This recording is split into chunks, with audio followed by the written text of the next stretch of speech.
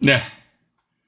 67, 8강 2부 방송으로 진행하도록 하겠습니다. 제가 지난 시간에도 말씀드렸습니다만 1부 방송입니다.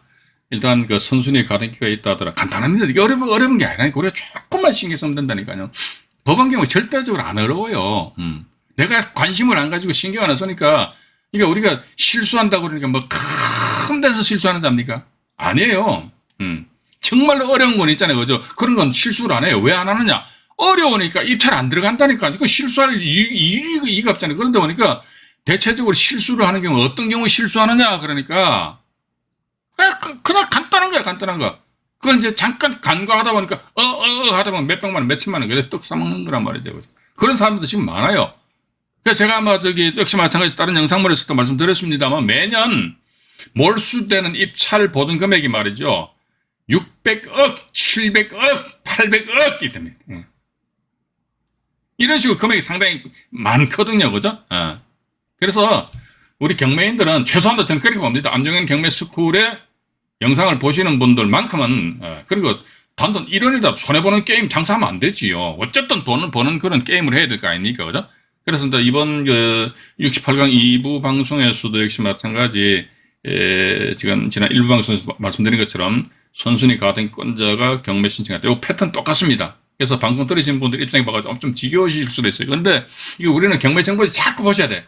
제가 옛날에 그랬으니까 자꾸 보고 이게 똑같은 거 이런 식으로 해서 이제 나도 모르게 그냥 이렇게 이게 이렇게구나 이게 그 자동적으로 이렇게 튀어나올 때까지 이렇게 계속 하셔야 되지 않겠느냐 하는 그런 말씀 드리면서 네, 지금 보시면요, 일단 광주지방법원이지요. 광주지방법원 해가지고 이 사건은 2008년 상당히 오래됐습니다. 이 건은 아마 지금 제가 쓴 그 실전경매 엑스파일하고요, 생생경매 여기에 이 자료가 올려져 있습니다. 올려져 있는데요.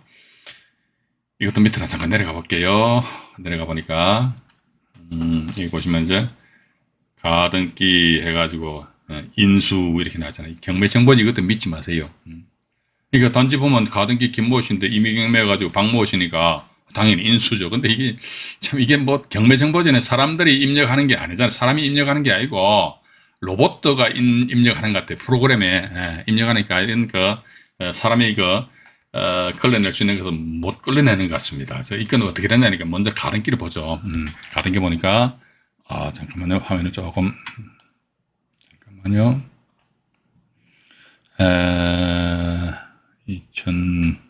어디 갔나요? 가등기가 여기 있네. 이겁니다. 가등기가 2006년 3월 3일이거든요. 가등기권자 김모 씨였잖아요. 그죠? 김모 씨였는데, 가등기권자가 변경이 됐어요. 여기 보시게 되면은, 가등기권자가 김모 씨에서 김모 씨 지분, 이름이 박모 씨로 바뀌었고, 근데 5번 소유권 이전 청구권의 이전 나와있죠, 그죠? 이게 5번 잠깐만요. 화면도 제가 좀 조정해 드릴게요, 다시. 5번 소유권 이전 청구권의 이전 이렇게 나와 있습니다. 나와 있고 보니까 박모 씨 이게 양도, 그러니까 소유권 이전 청구권의 가등기도 이제 매매든 양도든 해가지고 이렇게 이전이 된단 말이죠. 그래서 이제 현재 가등기가 이제 박모 씨입니다. 박모 씨인데 이분이 경매 신청했다니까요. 박모 씨 분이 경매 신청해가지고 경매 정보지 보시면 이 나와 있잖아요. 보십시오. 보시게 되면은 이미 경매 개시 결정 박모 씨 이렇게 나와 있잖아요. 박모 씨 이분입니다. 이분이 이렇게 경매 신청한 거예요. 그렇기 때문에 경매 정보지상에는 뭐 전 가등기권자 표시되어 있으니까 따라서 당연히 이게 인수된다 이렇게 프로그램에 인식을 한 것 같아요. 그러나 그건 아니다. 이 김모 씨에서 박모 씨로 가등기권자가 바뀌었기 때문에 이분이 이랬듯이 경매 신청했고, 따라서 이건 소멸되기 때문에 요게 소멸 기준이 된다. 이게 참 상당히 예민하거든요. 봐가지고 2006년 3월 3일 요게 소멸 기준 걸리냐, 2008년 7월 30일 요게 소멸 기준 걸리냐, 맞잖아요, 그죠? 근데 만약에 2006년 3월 3일에 소멸 기준 걸리다, 근데 2007년도 3월 달에 누가 전입신고했다, 그러면 이 사람 임차 아웃되는 것이고, 근데 만약에 경매 정보지상에 나타나 있는 소멸 기준 권리 이걸 기준한다면은 이 임차인은 2007년이니까 2008년 7월 30일보다 빠르잖아요, 그죠? 빠르기 때문에 낙찰자 인수해야 되고, 따라서 경매정보지는 믿어서는 되고 안 되고 안 되고 이 경매정보지뿐만 아니고요. 시중에 나와 있는 모든 경매정보지입니다. 제 말씀을 경매정보지 관련된 그 회사분들이 들으시면 상당히 기분 나쁘실 겁니다. 너무 쉽게 말이지. 지금 뭔데 말이지. 제 경험이라니까요. 보니까 틀린 게 많아요. 많기 때문에 그럼 우리는 단지 경매정보지는 어떤 용도로 활용을 할 것인가. 그러니까 내가 어느 동네에 투자하고 물건을 어떤 물건을 투자하며 내 투자 자금이 얼마이기 때문에 얼마짜리 입찰 들어가고 그죠? 그리고 개략적으로 아마 믿을 바는 못 되지만 경매정보지에서 권리분석해 보니까 이건 안전빵이구나. 일반 1차적으로 이제 좀 수박 가닥기식으로 대충 여기 요 정도면 됐다. 그때 이제 현장 임장 나가셔가지고 내가 본격적으로 입찰 들어간다 그러면요. 그때부터 이게 이 경매정보지를 보시게 되면 이런 이 등기부 등본 이런 게 다 나와 있잖아요. 나와 있는데 이것도 옛날 거잖아요. 옛날 거. 그 전에 이분들이 2009년 4월 1일자로 발급 날짜라 말이죠. 근데 2009년 4월 1일 이후에 어떤 또 권리 관계가 변경이 되었을 수도 있잖아요. 그죠? 2009년 4월 1일인데 이게 내가 입찰하는 시점은 언제입니까? 2009년 5월 27일이잖아요. 그럼 4월 1일자, 그죠? 4월 1일자로 해서 등기부등본 확인했는데, 이거 내가 입찰할 당시는 언제입니까? 5월 27일이잖아요. 그죠? 근데 혹시 만약에 이 사이에 어떤 권리 관계가 변수가 있을 수 있을까? 그래서 제가 항상 말씀을 안 드립니까? 뭐냐면 우리가 경매인들은요, 푼돈을 아까워하면 안 됩니다. 등기부등본 한 통 떼는데 현재 2023년 4월 현재 얼마입니까? 한 통당 얼마예요? 700원이죠. 그죠? 700원이 아까버려. 그런 양반들 경매 못해요. 그 돈 못 벌어. 심지어 저는 제가 이런 말씀 드리면요. 좀 대단히 죄송합니다만은 경매정보지 이것도 무료로 많이 보려고 그래. 그거 무료로 보지 말아요. 왜 무료는요, 무료다운 그런 값을 한다니까. 차라리 비싼 거 있잖아요. 그래서 특정 경매정보 사이트를 말씀드릴게요. 지지옥션, 옛날에 계약경제일보였습니다. 지지옥션 또 테인 컨설팅인가요? 그 다음에 옛날에는 굿옥션이었는데 지금 옥션 1인가 이렇게 이름 바뀌었더라고요. 그 다음 이제 여러분 보시는 스피드 옥션. 스피드 옥션은 조금 전에 말씀드린 세계 업체보다는 조금 그래도 그나마 이게 저렴하다는 거. 어쨌든 봐가지고 여러분들은 경매 투자해서 돈 벌고 싶죠? 그죠? 돈 벌려고 이렇게 영상을 보시는 거 아닙니까? 이 잘생긴 안종의 얼굴 보려고 영상을 보십니까? 그건 아니잖아요. 그죠? 돈 버시려고 영상을 보신다. 그럼 돈 벌려면 내가 돈 투자를 해야지. 지 돈 한 푼도 투자 안 하고 돈 벌려고. 그건 양심이 틀린 소리지 뭐. 맞잖아요. 그죠? 제가 틀린 얘기 했습니까? 그래서 왜냐면요. 경매정보지도 이왕이면 비싼 거 보시라고. 그래야지만 내가 번는 생각이 나는 거야. 내가 말이지. 지금 아마 일반 지지옥션이나 이런 데면 한 1년에 전국 거 보지, 전국 거나 일반 지역이나 보면 거의 별 차이가 안 나요. 그래서 한 100만 원 좀 넘을 거예요. 근데. 그럼 뭐 그만큼 내가 투자를 했으니까 보는 생각이 나니까 맨날 경매정보지 들여다볼 거 아닙니까?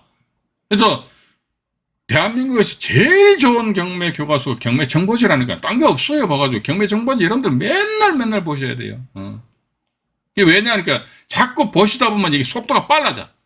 1년에 말이지 경매 물건이 20만 건, 30만 건 나온다 그러는데 여러분들 도대체 말이지 1년 동안 경매 물건 몇 건을 검색하십니까?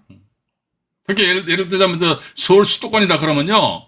예를 들자면 1년에 한 20만 건 경매 나온다 그러면 아마 제 생각으로 한 60% 내지 70%가 이제 서울 및 수도권에 물건이 집중되어 있는 것 같아요. 그럼 만약 60%다 그러면 20만 건 대비해서 60%가 12만 건이잖아요. 그죠?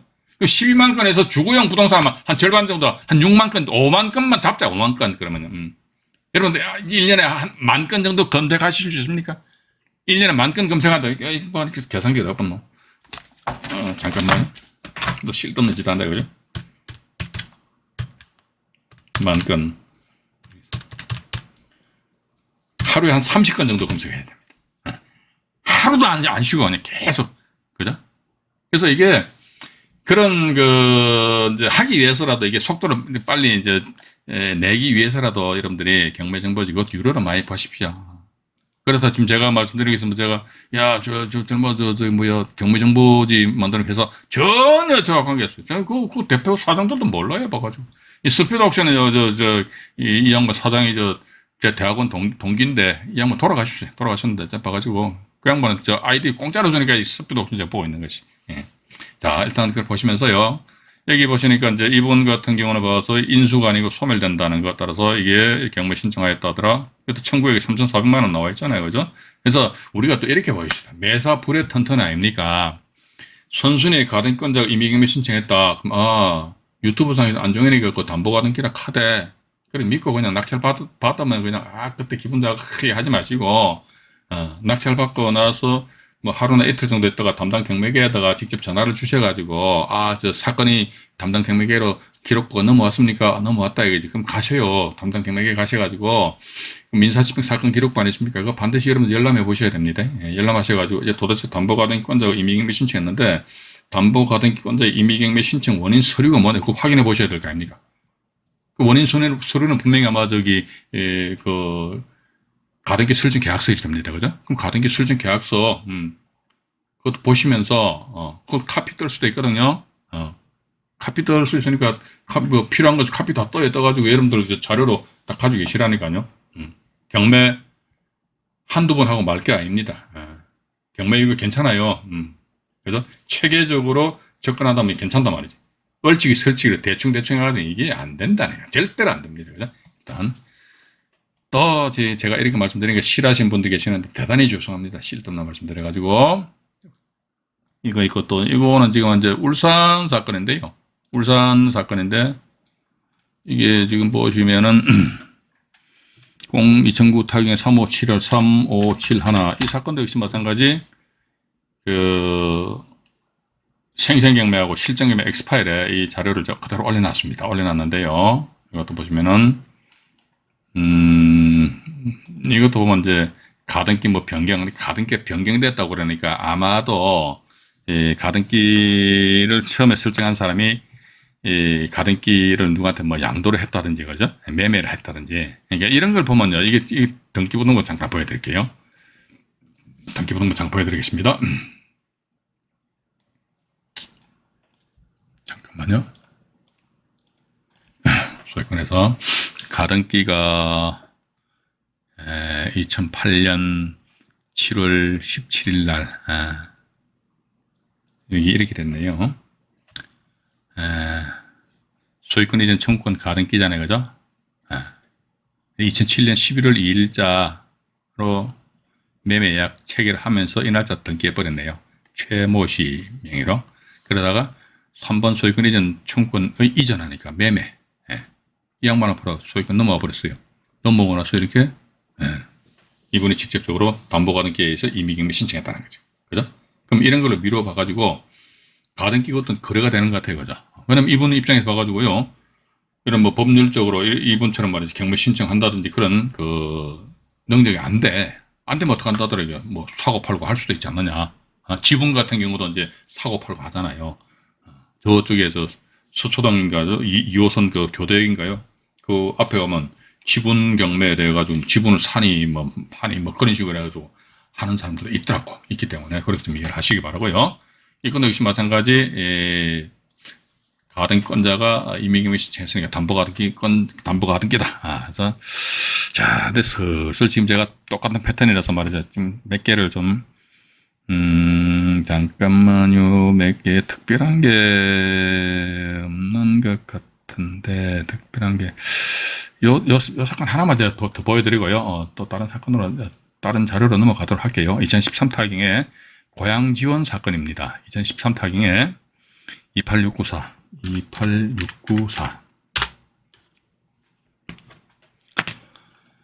경기도 고양시 일산 동구 중산동에 소재하는 아파트입니다. 아파트인데 여기 보시면은 저는 좀 이게 이해가 안 가요. 봐가지고 이분들이 9,100만 원 왜 썼냐 이지. 또 우리가 정말로 좀 재미있는 현상이 말이죠. 뭐냐면요. 4,000매가 날 4,116만 원이 최저 경매 가격이잖아요. 근데 봐가지고 이 신모씨라는 양반은 9,130만 원 써버렸네. 그럼 차라리 2차 기일날 지 혼자 조용히 들어가서 단독으로 낙찰 받지. 그럼 뭐 한다고 그렇게 하는지 모르겠어.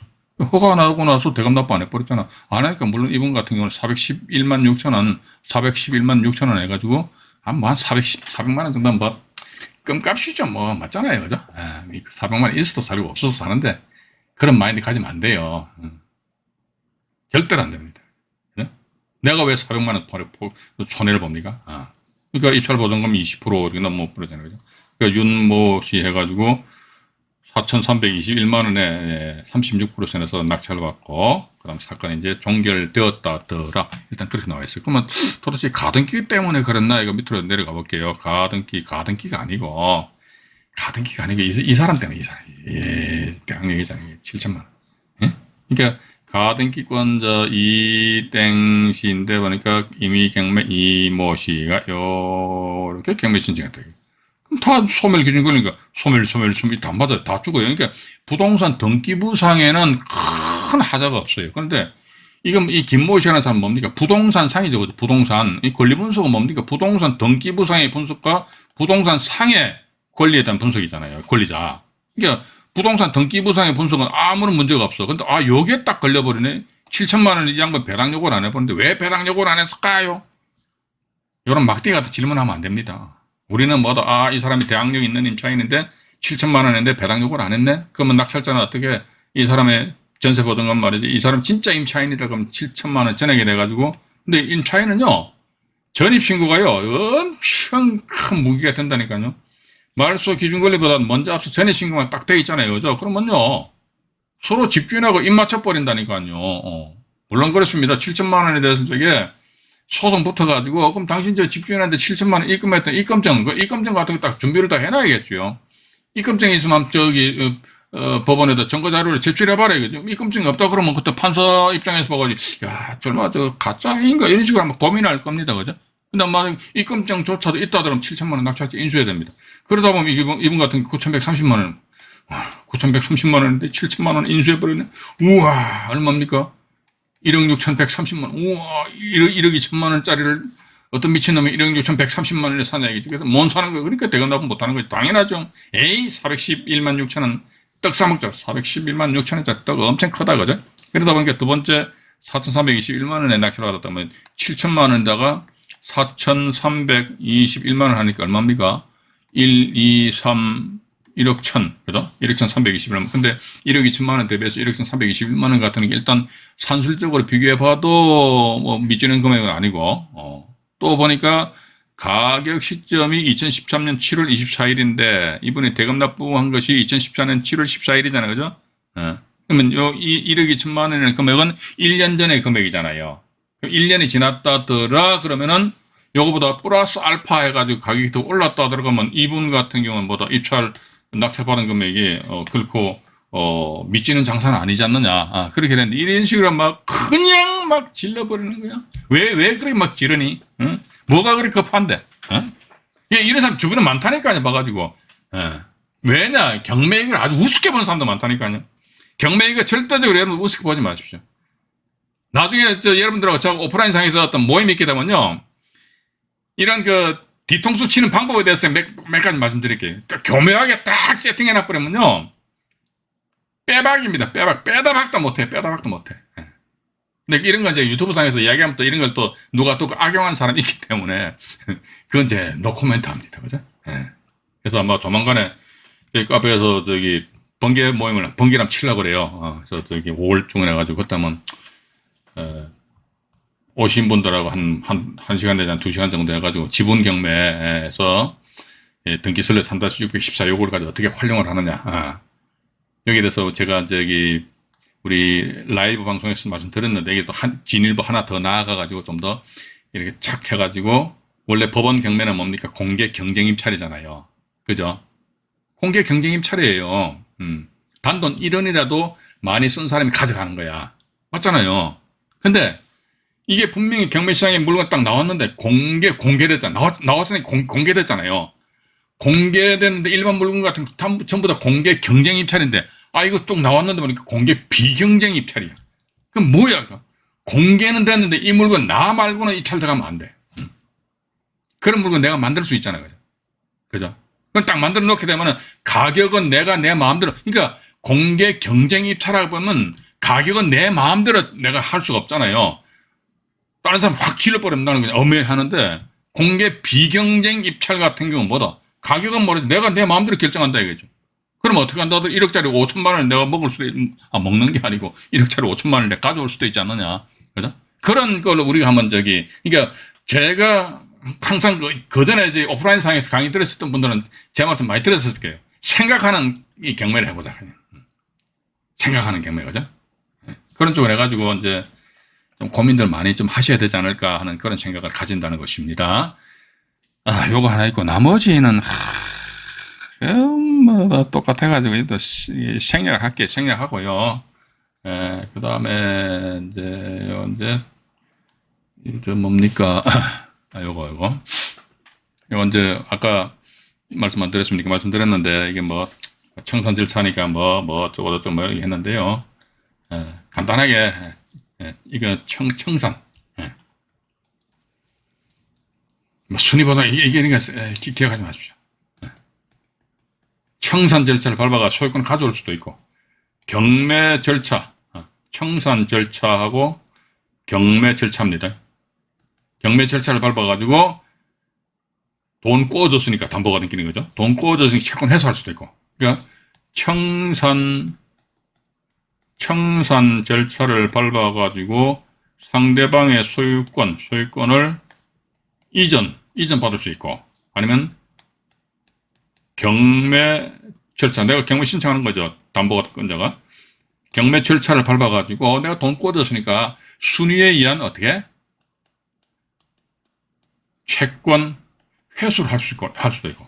이것은 뭐 담보가등권자 본인들의 어떤 선택 여하에 따라서 왔다 갔다 할 수 있다는 거 일단 그렇게 좀 이해를 하시고요. 자, 그 다음에 여기 담보가등기와 관련된 청산 관련된 법조문이잖아요. 청산 관련된 법조문인데요.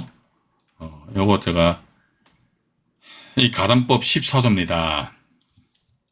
이 가담법 14조는 말이죠. 대체적으로 사람들이 이게 그냥 원래 가등기 담보 등에 관한 법률 조문이 말이죠. 16조인가 이렇게밖에 몇 개 안 돼요. 법 조문이. 근데 이 가담법 제 14조 보니까 이 법 조문 요거 우습게 보면 안 됩니다. 자, 보세요. 이게 우리가 이 담보 가등기는 자, 담보 가등기는 저당권하고 거의 비스무리하다라는 그런 말씀 드렸죠, 그죠? 그렇기 때문에 저당권은 경매시 매각으로 소멸한다. 민사집행법 91조 제2항 규정이 나와 있습니다. 저당권은 경매시 매각으로 죽어요. 그럼 담보가등기도 마찬가지 경매시 매각으로 죽습니다. 왜냐면 저당권하고 비스무리하니까. 그래서 보니까 자, 그럼 담보가등기는요. 이 사람은요. 또 대법원 판결 내용을 보니까 담보가등기는요. 지가 예를 들자면 담보가등기인데 이 사람 채권액이 10억이야. 10억인데 봐가지고 자기가 채권액이 10억인데 10억을 다 받던 1억을 받던 네 배당 받는 거 관계없어.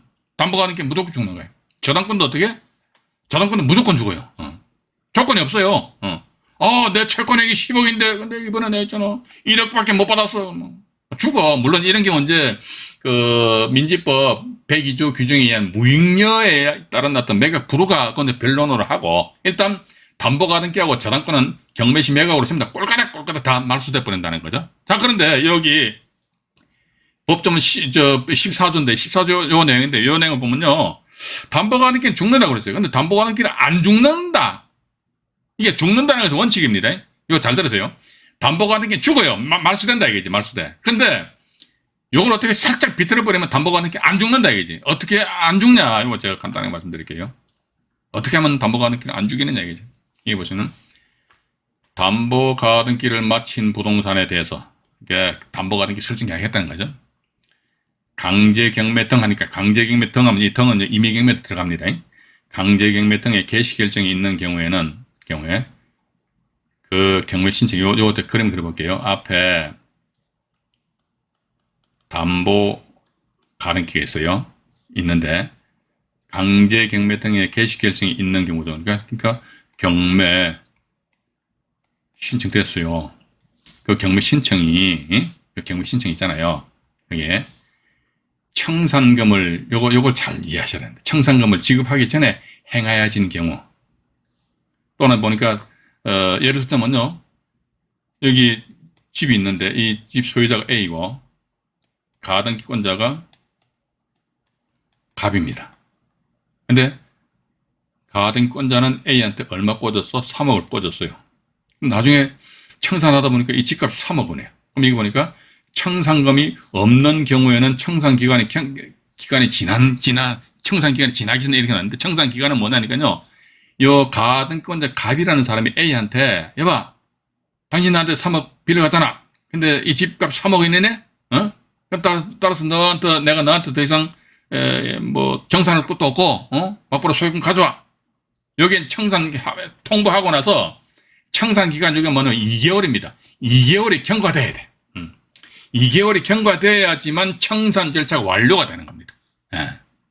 자, 그런데 그럼 제가 볼 적에는 이 2개월이라는 기간을 왜 줬을까? 이건요, 이 3억 원이라는 것은 가등기권자 갑 입장에서 3억 원이거든요. 그럼 A 입장에 봐가지고 가등기권자 3억 원이 무슨 헛된 소리 하고 있는 거야. 이게 뭔 3억 원이야, 이 사람아. 3억 원이 아니고 말이지. 응? 이 동네가 말이지, 조만간에, 모아주택 개발되고 어쩌고저쩌고 말이지. 집값이 말이지. 완전 뛰어버려. 한 10억 원 하는데. 서로 가격이 안 맞을 거 아닙니까, 그죠? 그래서 이제 그런 걸 이제 요 2개월 안에 요 A라는 사람이 나름대로 어떤 의사표시 하라고 그런 말미를 주는 것 같아요. 그런데 자, 여기서, 여기 보시니까, 우리는 그게 중요한 게 아니고, 그게 중요한 게 아니고, 담보가등기는 원칙은 뭐다? 지가 배당을 받든 못 받든 무조건 다 죽어요. 저당권도 마찬가지로 죽는단 말이죠. 그죠? 그런데 그 원칙인데, 그렇다면 담보가등기는 안 죽는 경우는 어떤 경우는 안 죽는 경우 해가지고, 여기 잠깐만요. 해가지고, 제가 다시 적어도 이렇게 담보가등기가 마친 부동산에 대하여 등기되었다는 거죠. 이렇게 담보가등기, 그죠? 강제경매 개시 결정이 있는 경우에는 경매 신청이죠. 경매 신청입니다. 청산금을 지급하기 전에 행하여진 경우, 정말 청산 절차를 안 밟았어. 그런데요, 만약에 우리가 이랬잖아요. 이게 경매 신청했다는 것은 본인이 경매 신청한 것이 아니고 다른 사람이 경매 신청했겠죠. 그죠? 본인이 경매 신청하면 당연히 지가 말소기준 권리에 당연히 죽어버리지. 이게 담보가등기 본인은 경매 신청한 게 아니에요. 다른 사람이 경매 신청한다. 다른 사람이 이게 경매 신청이 기입된 게 되었는데, 근데 이 담보가등기권자는 청산 절차를 밟을 수 있다고 제가 조금 전에 말씀드렸잖아요. 그죠? 청산 절차를 밟았는데 이미 경매 신청에 의한 기입등기 되기 전에 이게 보니까 청산금을 지급하기 전에 행하여진 경우에는 담보가등기권자는 그 가등기에 따른 본등기 이게 청구할 수 없다. 그러니까 청산금을 지급하기 전에 행하여진 경우니까 그러면 요게 자 반대 해석입니다. 그러면 청산금을 지급하기 전에 행하여졌다 그러면 청산금 이미 다 지급해버렸어. 예를 들어가지고 내가 1억을 꽂았는데 집값이 3억 원이네? 통보하니까 알았어. 그러면 나머지 2억만 주면 된단 말이야. 2억을 줬다는 거 청산금 지급했잖아. 그죠? 지급하고는 청산 기간이 지나버렸어. 2개월이라는 기간이 이미 다 지나버렸어. 그러니까 청산 절차 다 끝나버렸습니다. 청산 절차 다 끝났는데 문제는 뭐냐? 부동산 등기부등본상에 이런 청산 절차가 끝났냐 안 끝났냐 이게 표시가 되느냐 안 되는 표시 안 돼요. 어떻게 합니까? 알 방법 없다니까 어떻게 하니까 모르잖아요. 그죠? 그죠? 담보가등기권자가 야 내가 1억 빌렸는데 네 집 3억이다. 그래서 내가 너한테 2억 줄게. 이런 식으로 청산 절차를 지난 것이 이미 끝나버렸어. 언제? 경매 신청에 의한 기입등기 되기 전에 이미 끝나버렸어. 근데 등기부등본 표시가 안 돼.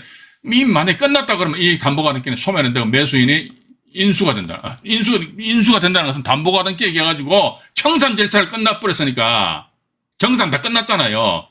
그러면 어떻게 한다 하더라? 담보가등기가 난 본등기에 뿌린다니까. 담보가등기가 본등기 함으로 인해서 때려는 봐서 낙찰자. 그럼 좋습니다. 경매 신청했습니다. 요거 보니까 요거에 이 내용에 대해서 이해가 안 가시는 분들은 이제 본 영상물 밑에다가 댓글로 질문 주시면 이건 이제 다시 영상물을 제작을 해가지고 답변을 드릴게요. 그러니까 경매 신청하니까 갑이라는 사람이 들어가서 낙찰을 받았습니다.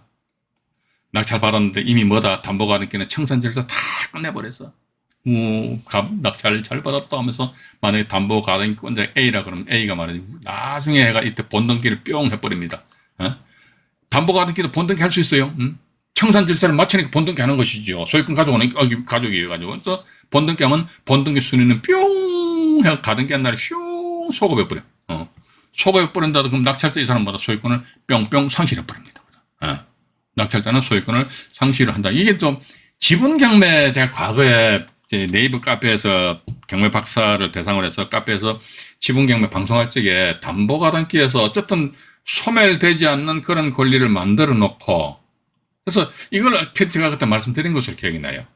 그래서 이게 이런 내용이 있어가지고 사실 좀 저도 그렇습니다. 관심 있으신 분들은요, 이 온라인이라는 불특정 다수가 다 보는 그런 공간보다는 약간의 폐쇄적인 그런 공간이 필요해요, 사실은. 이런 정말 엑기스되는 물건, 정보는 저기, 만천에 다 그 공지를 해야 됩니까? 그건 아니잖아요. 그죠? 저는 그건 아니라고 보고 있습니다.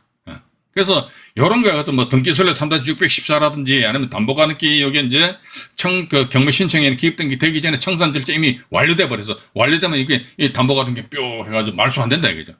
근데, 보니까 낙찰자는 낙찰 받고 나서 어떡한다 하더라?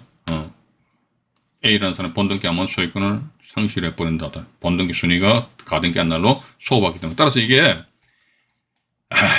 가담법 14조입니다. 가담법 14조 해가지고요. 이걸 이제 법조문 나와 있는데요. 여러분들 인터넷 대부분 홈페이지 들어가셔가지고 법조문을 다운받으셔가지고 천천히 몇 번 읽어보십시오. 읽어보시는 것도 뭐다? 반대 해석, 반대.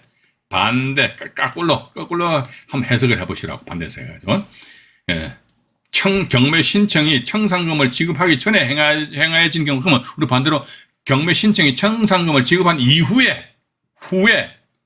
후에 행해졌다면 담보가등기권자는 그 가등기에 본등기에 청구할 수 있다, 없다가 아니고 있다, 이렇게, 그죠? 있다, 이렇게 우리 이해를 하시면 된단 말이죠, 그죠? 그래서 여기에 가담법 14조 요 내용, 우리 시청자 여러분들은 좀 관심을 가지시고 천천히 한번 훑어보시기 바라겠습니다. 그리고 또 언제입니까? 4월 이제 14일 날이네, 그죠?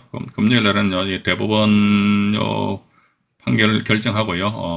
어떤 뭐 등기 형식에 결정되지 않는다. 이게 가등기 관련해 가지고요. 그건 기타 이런 내용에 대해서 역시 마찬가지 경매 정보지를 가미해 가지고 우리 시청자 여러분들하고 아주 신나게 한번 공부를 해도 재밌고 신나게 해야 될 거 아닙니까? 그죠? 근데 맨날 법조문 따지고 판례 따지면 딱딱하게 하면 정말 질려버린다고 하죠. 그래서 재밌고 신나게 하면서 어떡합니까? 피가 되고 살이 되고 말이죠. 돈이 될 수 있는 그런 자리를 앞으로도 계속 만들어갈 예정입니다. 그렇기 때문에 우리 시청자 여러분들도 애정어린 눈빛으로 많이 지켜봐 주시면 대단히 감사하겠습니다. 오늘 여기까지 방송을 진행하도록 하겠습니다.